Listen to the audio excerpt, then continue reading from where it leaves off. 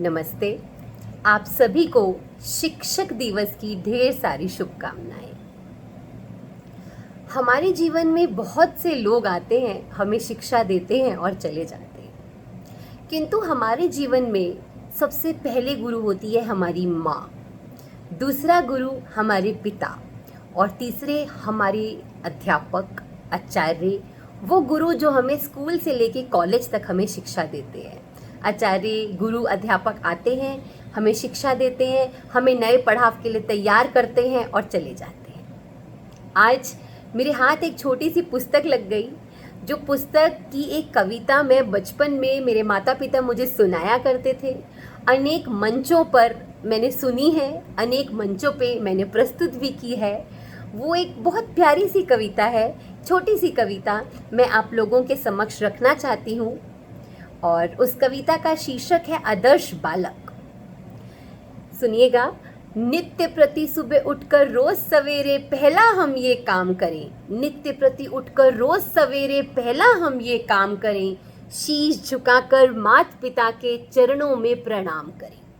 हो प्रसन्न तब माता पिता देंगे शुभ आशीष, तभी जीवन होगा सफल हमारा, पूरे होंगे काम सभी।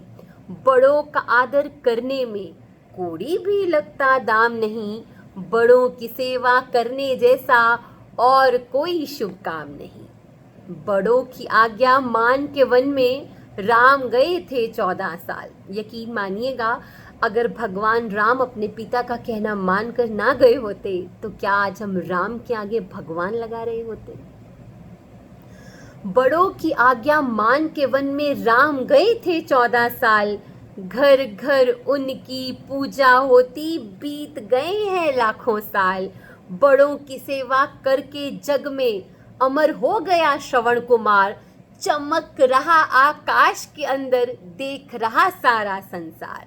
इसलिए ऐसा हम चमके, इसलिए हम भी सदा बड़ों का आदर और सम्मान करें, उनके पदम चिन्हों पर चलकर जीवन का कल्याण करें। उनके पदम चिन्हों पर चलकर जीवन का कल्याण करें।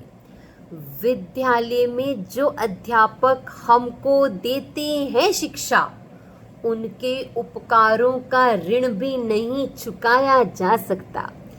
कितनी सुंदर सुंदर बातें वे हमको सिखलाते हैं, मात पिता सिखला नहीं सकते जो कुछ गुरु सिखलाते हैं। इसी वास्ते गुरु का दर्जा बढ़कर है माँ बाप से भी।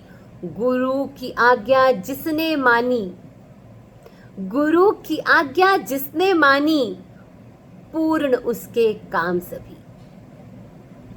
मुझे ये कविता सुनाते हुए बहुत हर्ष महसूस हो रहा है, क्योंकि मुझे मेरे बचपन के दिन याद आ रहे हैं। आखिरी 2 पंक्तियां हैं।